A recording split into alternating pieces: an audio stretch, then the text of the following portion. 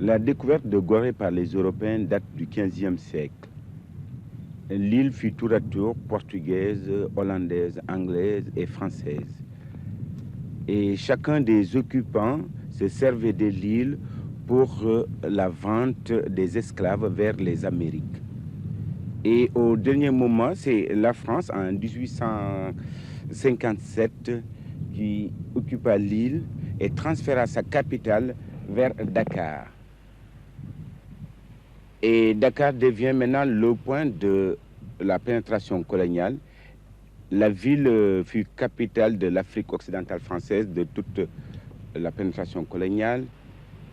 Et en 1960, à la proclamation de l'indépendance de la République du Sénégal, Dakar devient capitale du Sénégal. Ce qui paraît un peu anormal pour une ville comme Dakar, c'est qu'étant ou avoir été capitale de l'Afrique occidentale française, est devenue maintenant capitale de la République du Sénégal, qui ne groupe que 3,5 millions d'habitants, d'après les recensements, ce qui est d'ailleurs très difficile à contrôler. Paraît-il qu'il y a 30 000 Européens, d'autres disent 50 000. Mais il est difficile de dire exactement leur nombre. Mais nous qui habitons la ville, nous avons l'impression que leur nombre augmente de jour en jour. Seulement, ils ne sont plus peut-être plus colonialistes, mais ils sont devenus commerçants.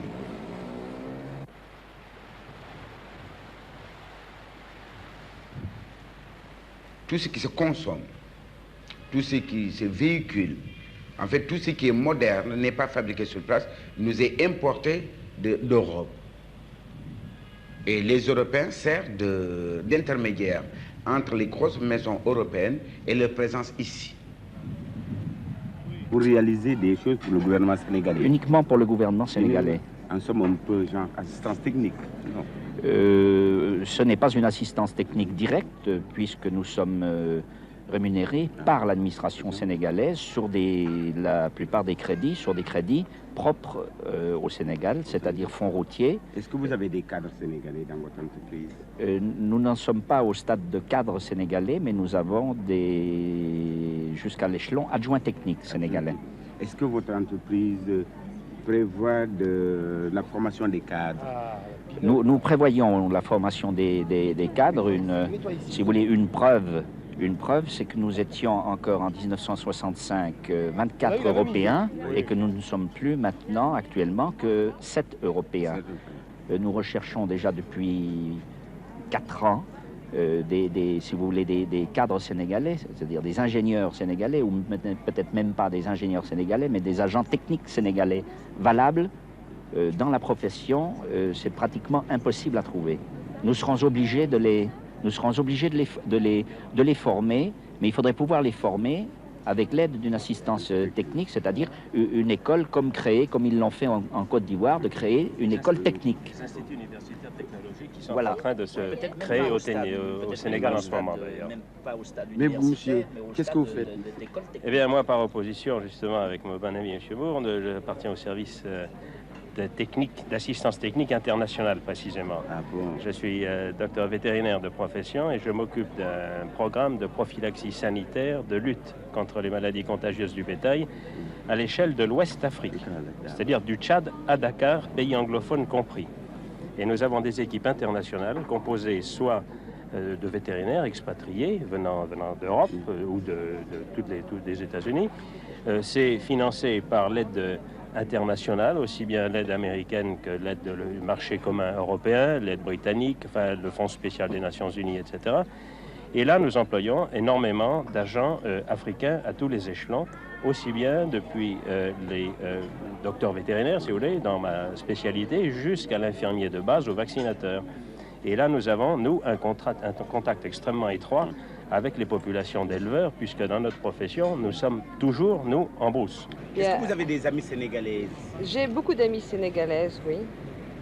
Il faut dire que nous habitons un quartier à Dakar qui s'appelle la SICAP, et la SICAP est presque exclusivement habitée par des Africains, ce qui favorise vraiment les rapports entre voisins et ce qui nous permet de lier connaissance avec pas mal de monde. Est-ce qu'il vous est arrivé, madame, d'inviter des Sénégalaises? non seulement d'inviter, mais d'être reçu, parce qu'au Sénégal, on se reçoit beaucoup.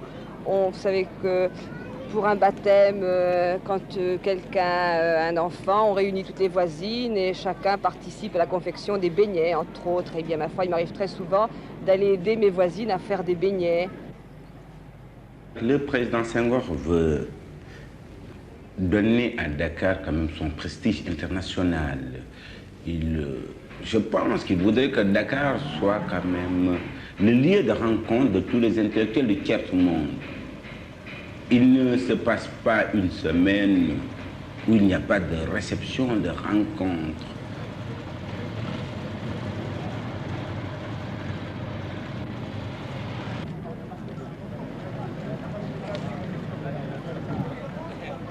Le Conseil national du parti se réunit une fois par an. Et le pays est dominé par un seul parti politique dont le président Senghor est le secrétaire général du parti.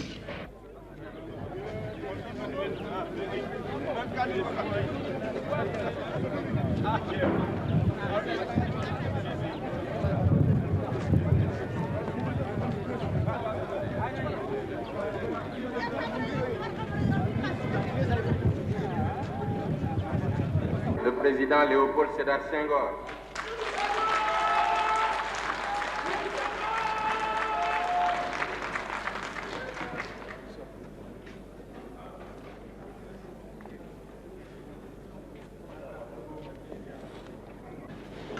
Trop de mesures sont prises qui n'ont pas été auparavant discutées et qui partant se révèlent inapplicables dans les faits.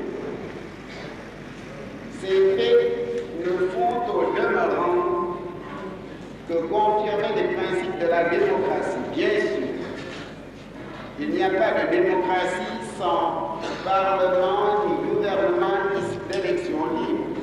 Cependant, il n'y a pas non plus de démocratie sans compte rendu régulier des élus, ni discussion à l'intérieur et à l'extérieur du parti dominant, osons le dire, sans possibilité permanente de contestation, mais pour déboucher sur l'action.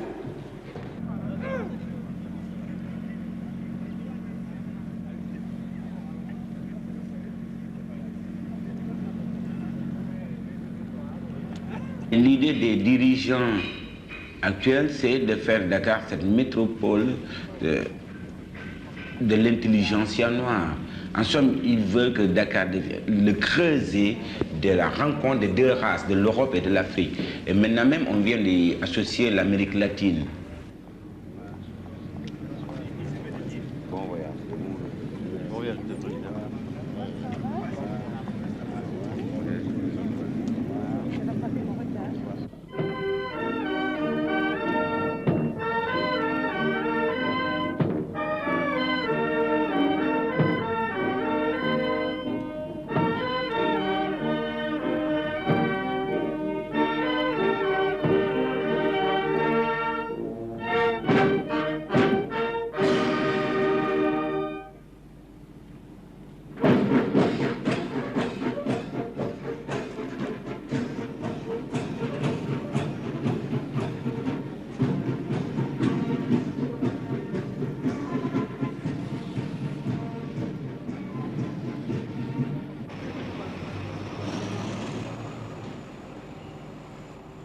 La population dakaroise, si vous voulez, augmente un chiffre mais tellement galopant qu'il est difficile. D'autres disent 7-8% par an.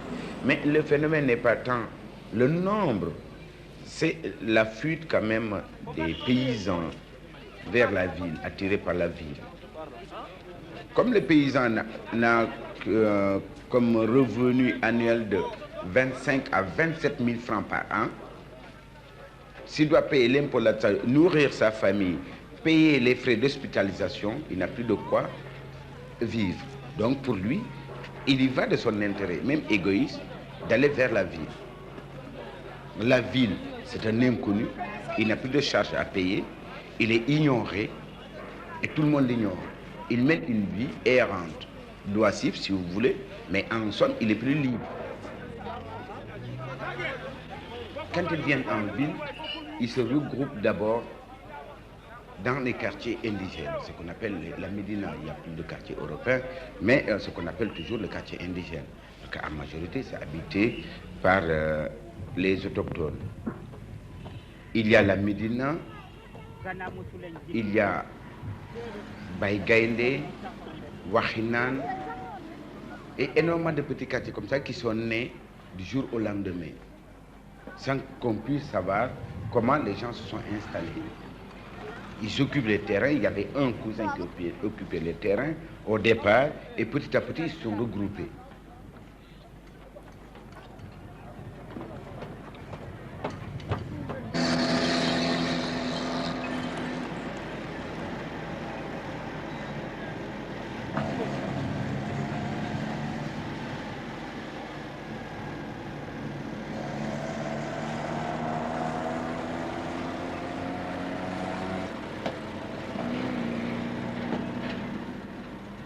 Le phénomène du chômage à Dakar s'aggrave de jour en jour.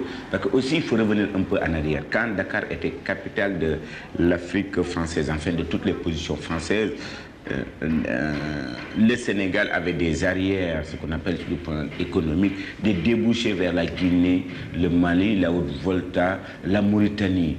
De ce fait, le port, par exemple, employait énormément de la main-d'œuvre. Énormément de gens trouvaient du travail.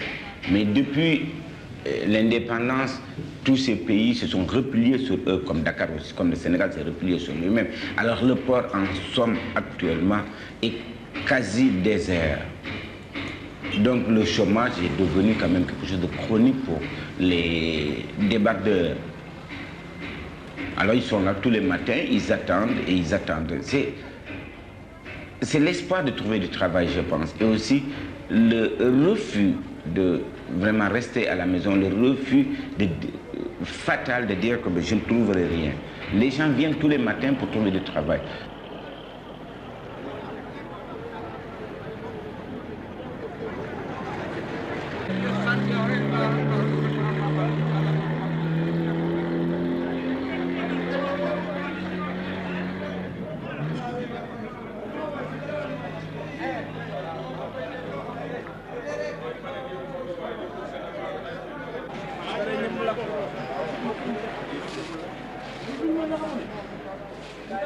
C'est comme ces femmes qui, toute la journée, sont là assises à attendre d'être embauchées à raison de 50 francs de l'heure, soit pour décortiquer des crevettes ou pour nettoyer du poisson, et qui sont là toute la journée comme l'image est peut-être désagréable, comme des vautours attendent quand même, c'est les cadavres, vous voyez, c'est toujours ça, on attend. Et on voit ça chez les ouvriers de bâtiments. Par exemple, je vous donne une scène typique. L'ouvrier était là, assis, l'autre est au 3e étage et je les entendais discuter. Tu ne trouves pas de travail? Il dit, ben, je vais attendre. L'autre lui dit en plaisantant, tu attends qu'il tombe? Il dit, ben, s'il tombe, je prends sa place. Vous voyez donc, ils sont là, ils attendent devant, dans l'espoir, soit il y a un ou une qu'on peut remplacer, mais on est toujours là à attendre.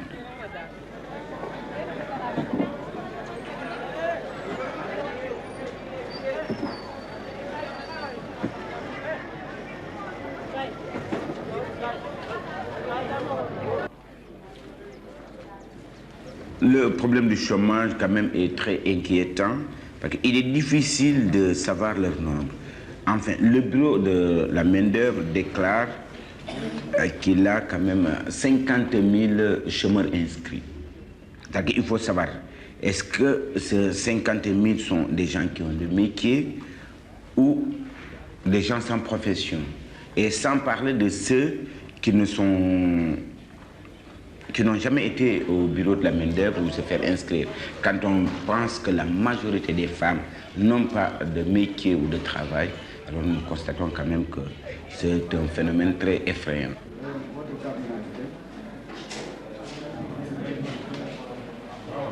Vous voulez vous inscrire comme chauffeur? Oui. Chauffeur de quoi? Transport en commun. Transport. Il y a combien d'années vous avez votre permis de conduire? Depuis 46. Depuis 46? Oui. Quel âge avez-vous? C'est-à-dire 36 ans. 36. Et vous avez combien d'enfants? Ça fait 12. 12. Oui. Et combien de femmes? 2. 2. Oui.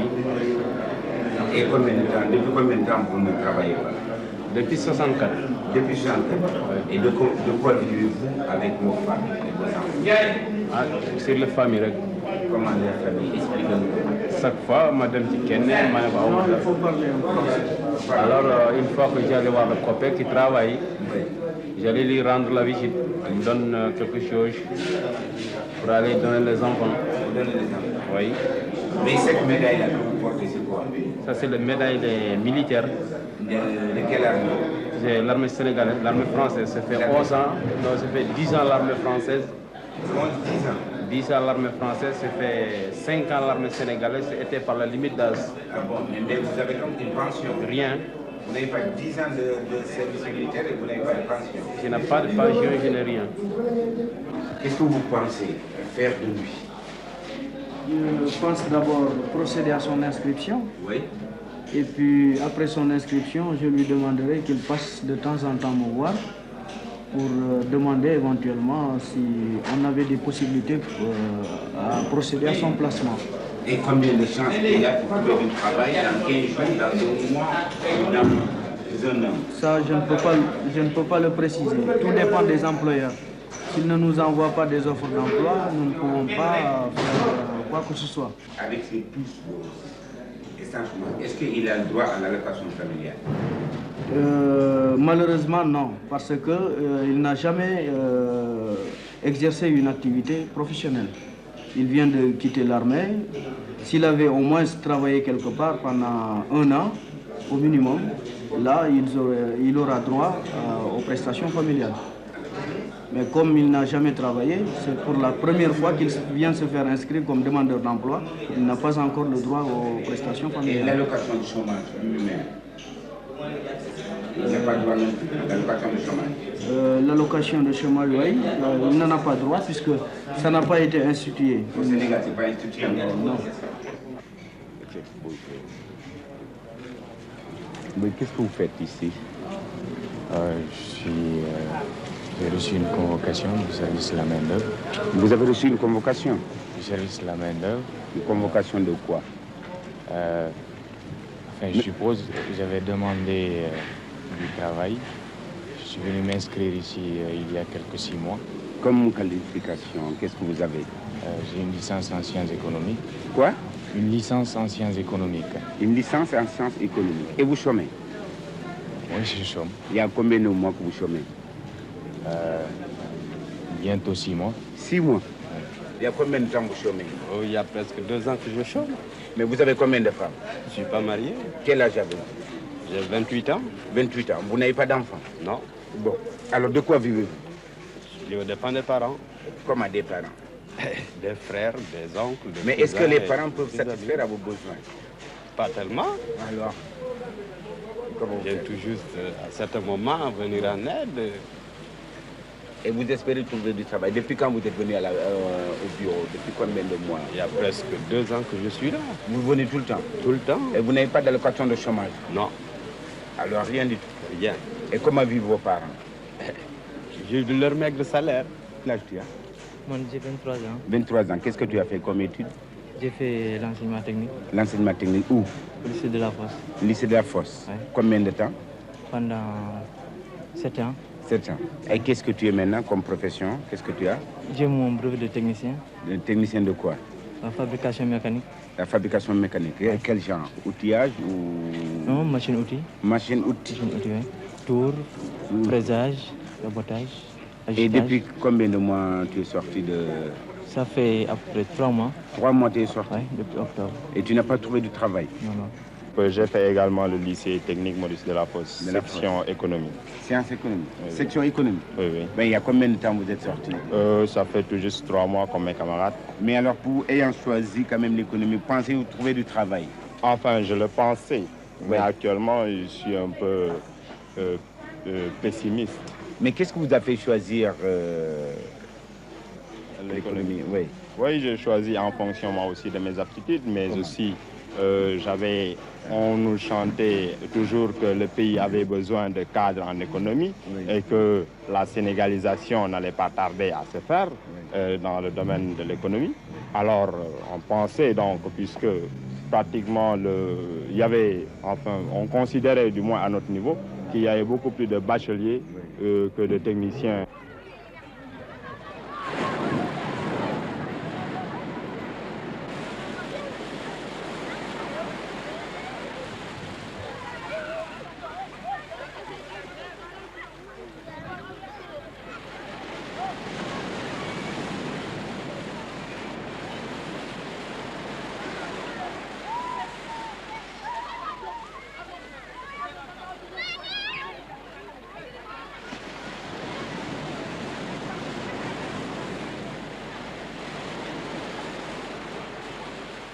Les pêcheurs sont attendus par leurs confrères qui n'ont pas travaillé ou qui chôment et qui les aident à monter les barques. Et après cet effort, chaque travailleur bénévole a droit à un poisson. Souvent aussi, le pêcheur n'a pas fait fortune, il donne un lot de poissons au groupe. Mais c'est une tradition immuable qui reste quand même valable jusqu'à nos jours. En fait, si on ne travaille pas, on a son lot de poissons dans la journée. Si on participe au travail collectif, bien entendu.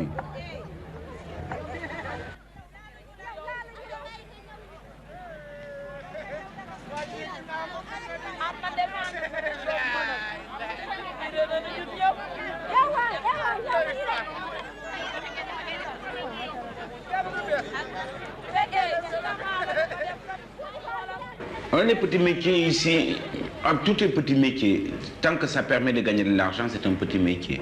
Vendre des lunettes, vendre des cigarettes, commencer le matin de 6 h jusqu'à minuit, 2 h du matin. Parce que même si c'est une vente illicite, parce que toutes les marchandises sont introduites au Sénégal d'une manière frauduleuse. Alors, où ces gens se procurent-ils de cette marchandise, il est difficile à dire. Mais à partir de ce moment-là, ça leur donne un petit métier. À telle enseigne que, actuellement, l'inquiétude du gouvernement, c'est de freiner cette hémorragie. Parce que ça s'élève sur des milliards. Mais est-ce qu'il pourra freiner cela? Parce que le jour où ces milliers de gens, garçons, filles ou hommes, cesseront de faire ce métier, de quoi vont-ils vivre leur famille? Parce qu'ils apportent au moins 100 francs CFA par jour au moins. Alors c'est ça, parce que ça permet de vivre pour un chômeur qui n'a pas travaillé pendant 6 mois, 8 mois, 2 ans. Mais il s'y trouve l'occasion de vendre des choses illicites. Il est obligé quand même de gagner sa vie. En soi-même, il n'est pas malhonnête. Mais c'est la situation qui l'oblige à se comporter de cette façon. Il y a des gens qui vendent des soutiens-gorge, des paires de chaussettes.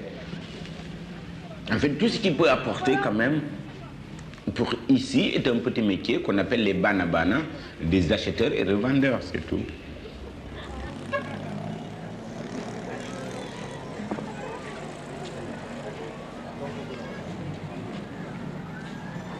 Monsieur de France,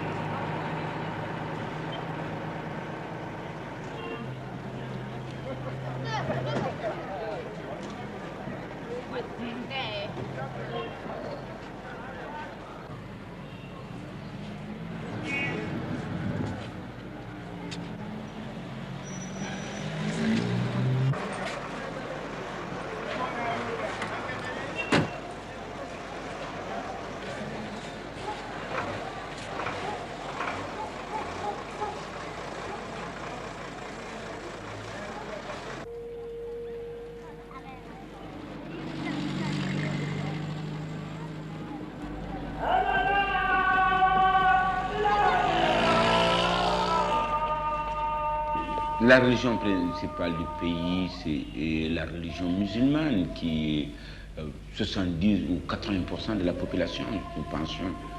Mais il y a un phénomène ici, la religion ne pose pas de problème pour nous au Sénégal. Parce que dans chaque famille, il y a un catholique, ou dans une famille de catholiques, il y a un ou deux musulmans.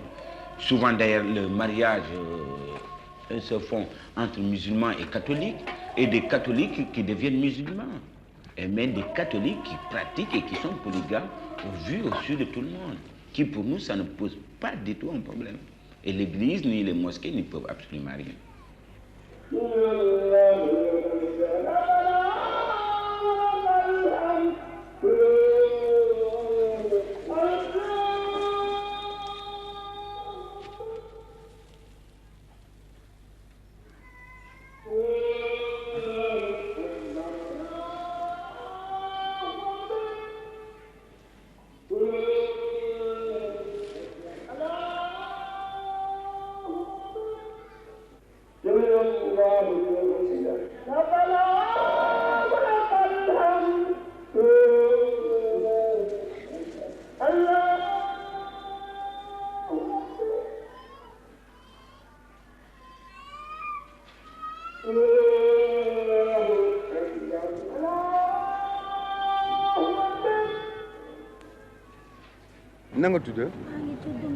Il s'appelle Mbaye Diop. Il a 8 ans. Son professeur s'appelle Thierno Alassane Mbaye.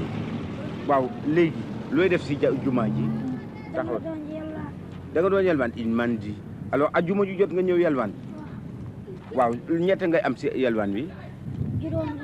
son rêve, c'est de devenir un agent de police. Alors comme ça, on ne pourra pas l'arrêter. Mais il n'explique pas pourquoi on ne pourra pas l'arrêter, parce que devenir agent de police, c'est signe quand même de puissance pour lui. Et comme tous les vendredis, il doit rapporter 25 francs à son professeur, alors ça lui donne des motivations quand même toutes craintives. Alors c'est ça son drame. C'est la première fois qu'on voit un jeune ambitionner d'être agent de police, bien que pour se protéger soi-même et non pas protéger la société.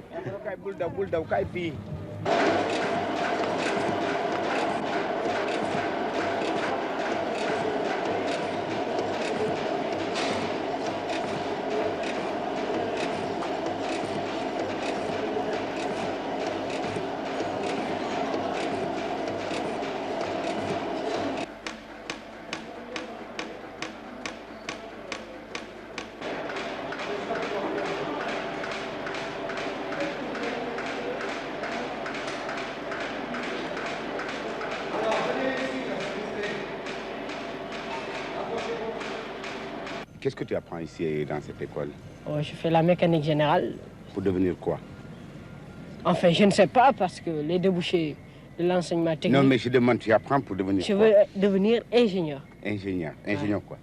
Ingénieur de mécanique générale. Mécanique. Ouais. Ça veut dire après, si alors j'ai réussi à avoir le BT, puisque j'ai lu dans les journaux qu'on pouvait partir en France avec l'aide de l'INSA.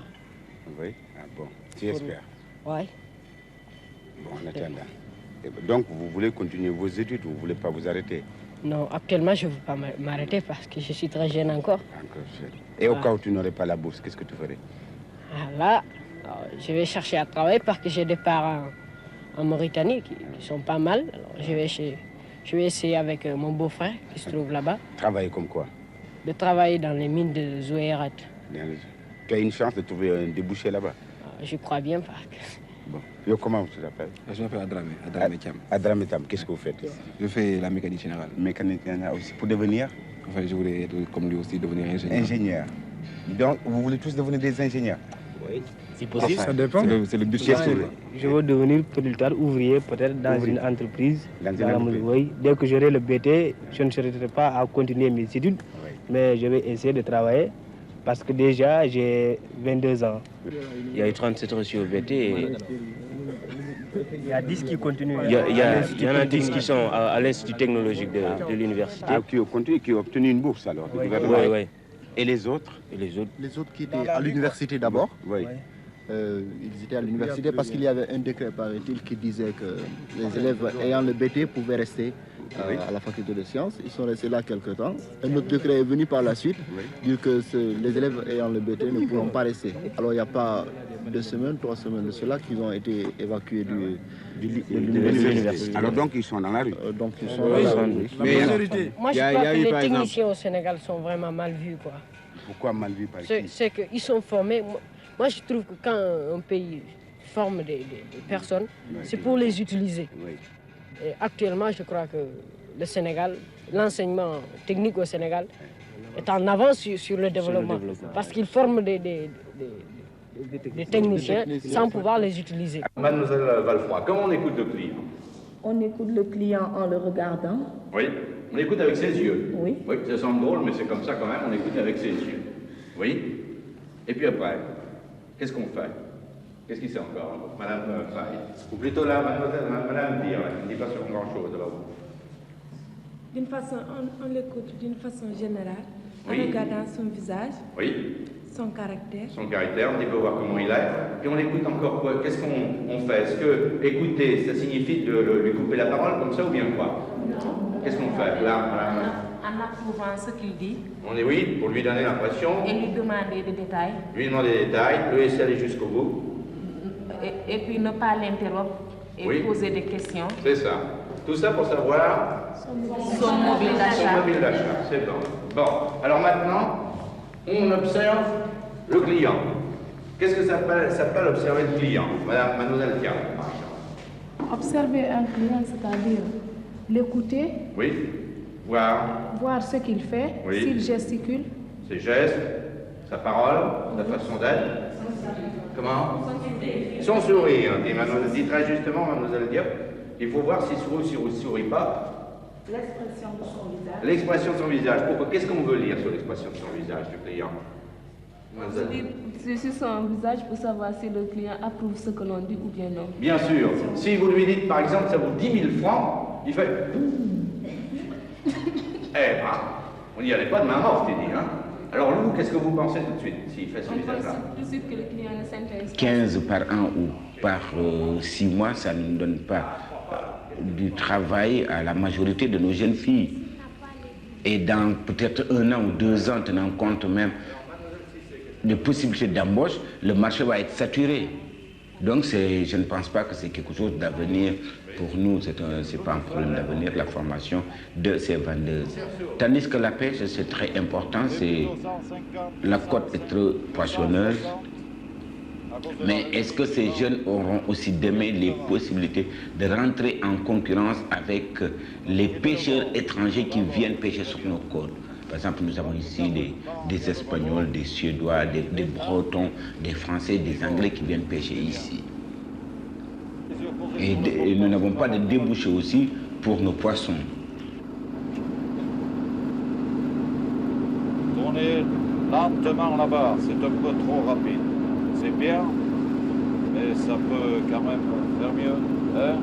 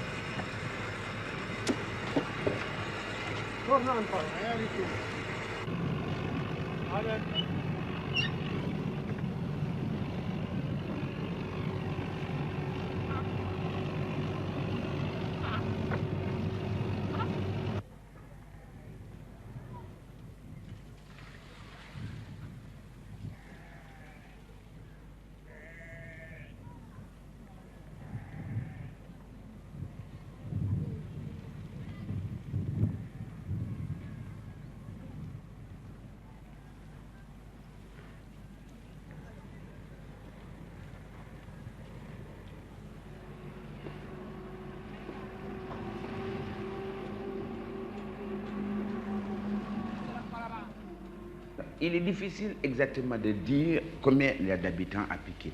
On dit 150 000 habitants, c'est difficile. Parce qu'il faut savoir que dans une famille, lorsque la direction des impôts ou n'importe quel service veut faire un recensement, on ne lui donne jamais le nombre exact. Parce que si jamais il donne le nombre exact, il paye l'impôt par perte de vue. Ce n'est pas en fonction des chambres, c'est qu'il y a toujours quelqu'un qui déclare, j'ai 10 bonhommes, il a 10 bonhommes. S'il a 15, il donne 10. Comme ça, au cas où il aura payé l'impôt, il ne paierait que pour les 10, mais il ne paierait jamais pour les 5 autres.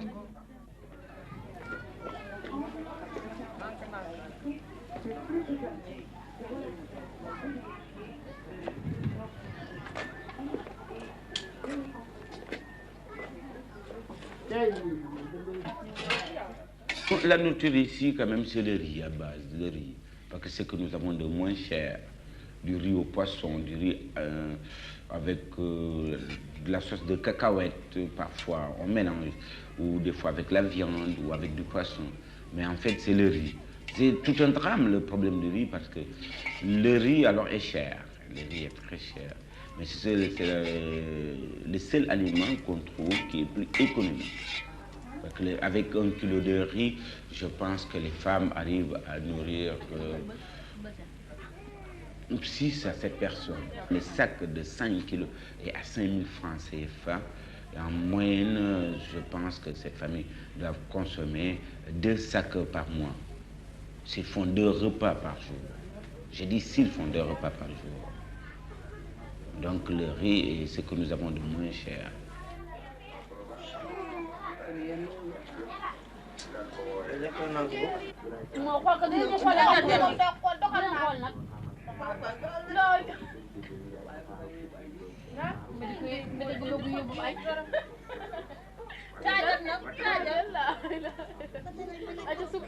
Ici, le mariage a pour base, que ce soit pour le catholique, pour le musulman, de faire des gosses.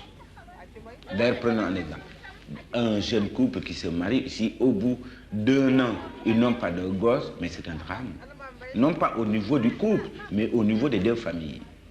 Parce que chacun défend son grain. Ou c'est mon fils, ou c'est ma fille. Alors donc ça devient un drame pour eux. Vous voyez, donc le problème le plus important ici pour nous actuellement, ce n'est pas la suppression de la polygamie, mais plutôt d'arriver à faire ou à limiter les naissances. Et ça, nous ne savons pas comment nous allons aborder le problème. Parce que la majorité de la population du Sénégal est jeune. La majorité, sur 3,5 millions, nous comptons plus de 1,8 million de jeunes et à qui nous ne sommes pas sûrs d'assurer un avenir.